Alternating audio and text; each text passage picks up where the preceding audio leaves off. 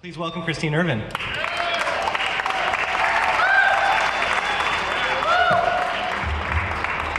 you, Dexter. Good evening, everyone. Good evening. I have been so looking forward to celebrate with you this evening, in part because you know how to party. I do know that. You know how to raise money. Although I'm feeling some pressure because I am the only kind of semi-serious thing between you, drinks, dancing. Okay, all right. Well, the other reason why I was looking forward to it is because it's really my privilege to congratulate the staff and the board and all the volunteers that give time and money to this great organization, making a change in the lives of so many people. So thank you for inviting me.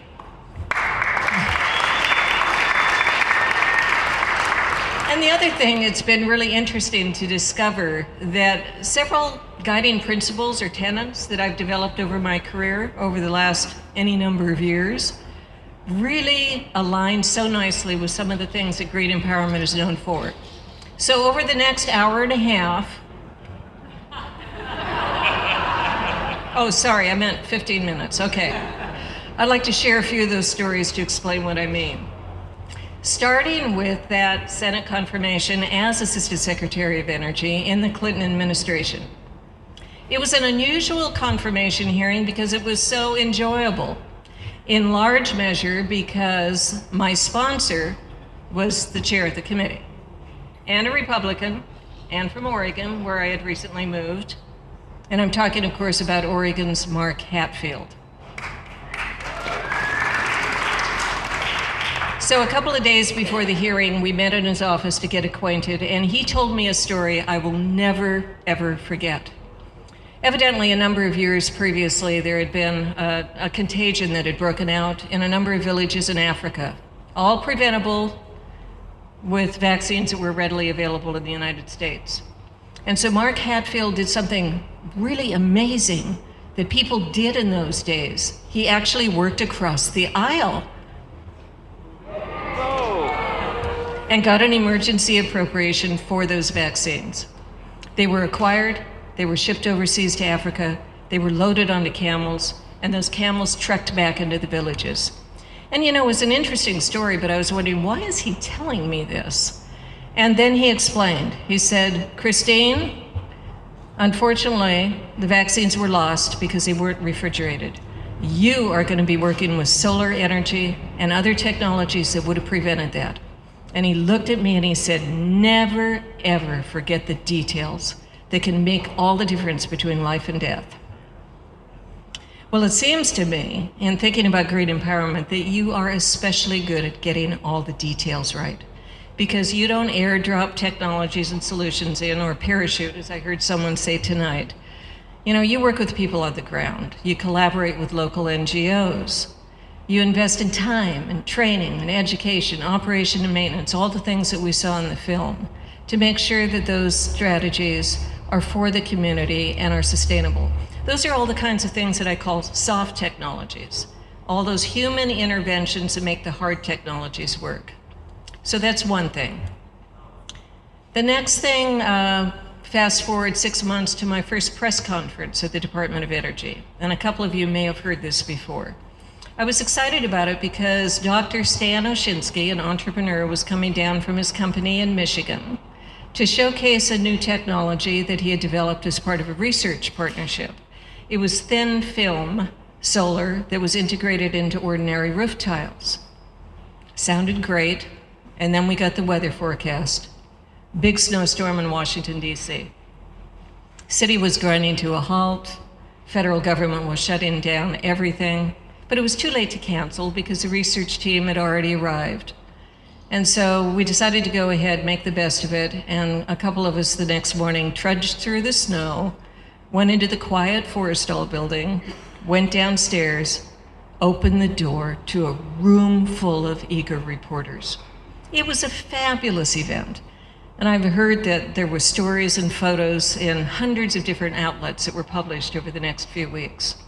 That experience taught me the power of these technologies, especially solar, but not exclusively solar, to capture the imagination of the public and the media. Electric vehicles are doing the same thing today, and we'll see more and more of them. So green empowerment uses the right technologies appropriate for the needs of the communities you work with, and you make sure they're designed to make them be resilient and independent, not dependent on complicated, expensive infrastructure. So that's soft working with hard technologies. Third story, and this is an interesting one for different reasons, and that is because, as many of us know, you appreciate the role of women. And you know that when you empower them and when you improve the quality of their lives, they have so much more time to invest in improving the quality of lives of their children and families and communities, and it goes on to the next generation as well. Well, the funny thing is that I've always appreciated the transformative power of women, but somehow I didn't pay much attention to it at home, and I'll explain. You know, I've been fortunate to have a number of really great dream jobs, but I don't think any of that would have happened had it not been for a supportive husband, for one thing, and 3 men in my first job who literally pushed and shoved me into management positions. Didn't want to do it. I wanted to do research and policy. I wanted to stay away from politics. And you know, it turned out okay. I had made them promise that if I didn't like it or wasn't good at it, I could go back to my old job, but it turned out okay. And that led to a number of other promotions. And I remember at the time that women would always say, "It's so great to see a woman in that position for the first time." Or, "How does it feel to be the only woman in the room?" And I just didn't think of it that way. Not later, until I was actually working in the green building community, did I start focusing on the role of women. And you will understand this because you work in such a synergistic way with your communities, all kinds of different technologies and services. But to make a cost-effective, high-performance green building work, you've got to work with a lot of those things too. It's energy and water and indoor air quality and materials. And that means it needs a lot of teamwork and collaboration across a lot of disciplines. The real estate developer, the contract manager, architects, engineers, product manufacturers, all working together to optimize the overall building instead of the individual parts. Well, it turns out, as many of you knew, but I really didn't appreciate before, that many women are especially good at those traits: teamwork, collaboration, and system views. See, I'm getting a little underscore to that right there. And so now I do much better appreciate the role of women, and that we are at our best when we have that kind of diversity. But we've got numbers against us right now, and so let me just go through a couple of those. If you look at environmental ministries around the world, 12% are led by women. We have 6 female governors at home, 1 from Oregon. 4 out of the 6 are Republicans. 30% of universities are led by women. I started feeling encouraged when I read an upbeat Fortune magazine article talking about an unprecedented increase of female CEOs in the Fortune 500 this year. More than 50% increase. How many? Take a guess? 32 out of 500. So we've got a long way to go. And as I said, I better appreciate that we are at our best when we have our most creative, our most productive, even more profitable, according to some studies, when we have more women in the C-suite and leadership positions. And from some of the multinational corporations that design policy and finance programs that actually influence the programs that you are working with, to the communities we live in and the communities we serve. So I just want to say, if there are any women out there that are kind of on the fence for this kind of position, err on the side of going for it. And if there are any men out there who know a woman that you might want to gently push or maybe shove, like I got, then go for it. Now's the time. So let me turn just a few minutes to looking ahead. I often think about Victor Hugo's opening. Do you remember this, A Tale of Two Cities? It was the best of times. It was the worst of times. The latter part seems a little more relevant more and more as each day goes by, doesn't it? I'll try not to get into too many politics here. We can talk afterwards. But it is discouraging, especially in the realm of climate, but in so many other areas, when we have a president that is so dismissive, and so many of the cabinet members, of the science that has made America great and that is the underpinning of modern civilization. And in the climate arena, turning back action after action to try to take us backwards, and with really little regard for the equity of what we've contributed to climate change in this country, and that the impacts will fall disproportionately on many that cannot afford it and who have contributed the least. The good news is that this emerging clean economy is not going to be put back in the bottle. There's too much progress, there's too much momentum. The markets and the jobs are expanding. The competition is driving insane innovation.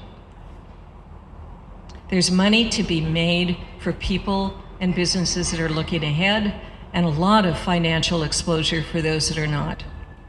So let me just give you a few data points to remind ourselves where we are. In the last decade, from 2000 to 2010, coal supplied about 50% of all new energy supplies. That's right, 50%. And renewables, including large hydro, supplied maybe a little over 10%. In this last decade, coal has plummeted to 10%, and renewables over 50%. Hear, hear. Now, much of that is due to the less expensive and cleaner natural gas, which has been very helpful. Much of it is due also to the incredibly shrinking cost of renewable energy. Just think, since 2008, photovoltaic costs have gone down another 54%. Wind, 45%. Batteries, 74%. LED bulbs, 94%. In many places around the world, solar and wind are the least expensive form of electricity without subsidies. This is what leadership in the public and private sector looks like. Smart policies to set societal goals for markets, which is what they do, and businesses taking market signals and creating incredible innovation and business opportunities. Just last month, I spoke to a gathering of more than 100 pension fund and investment banks. They're really creatively greening their portfolios. Why? Because they want to protect the assets of their clients. In the building sector, I could go on, but I'll just say that there are green building councils around the world, many patterned after the US Green Building Council. And they are working hard on strategies that will make net zero energy buildings mainstream for all new buildings no later than 2030. I think they can do it. Yeah. And for all buildings, net zero energy by 2050. And when you consider that in many parts of the world, 2/3 of the buildings have not been created yet that will exist in 2050, we've got a huge opportunity and a challenge there. In the area of transportation, think about it. 2010, we had one electric vehicle model to choose from. Now we've got over 30. In a couple of years, we'll have over 100. France and the UK have already set the goal of banning gasoline and diesel no later than 2040. China is rapidly moving in that direction for air quality, but also because these are big markets, which is why China is so engaged in all of the clean energy markets. So was withdrawing from the Paris Treaty a good business decision? Oh, yes, it was. For China, not for us. So I could go on, but quoting Victor Hugo again, he said it best. He said, "An invasion of armies can be resisted, but not an idea whose time has come." And this is the time for clean energy and clean technologies. So let me conclude, though, by giving us a challenge for all of us, because in many ways, I have to say, much of this clean economy emerging has been inevitable. It really has, based on human need, environmental need, based on how we know markets develop and technologies develop. The real question has been, how quickly can we make it happen to maximize the benefits, to minimize the risks? And today, when we enter this unprecedented era of climate disruption and all the uncertainty that goes with it, and we know that there are still accelerating, scaling pressures on our ecosystems that provides everything that we need for life, we know that all of our strategies and programs have to keep pace with speed and scale and system approaches. So tonight, I think the green empowerment community is so well poised to take everything that you have done in the last 20 years, your success, your experience, your lessons learned, and leverage that for even greater impact, as I hear that you are already doing, going beyond the community to work even with product manufacturers. And in many respects, I do realize that your challenge is harder because you are literally delivering service often at the end of the road, and that is harder. And you're not looking for quick fixes. You're looking for sustainable solutions. But if anyone can do it, I think it's you, Green Empowerment, because you get the details right that make all the difference between success and failure. So, congratulations for the last 20. And I'm looking forward to the next. Thank you so much.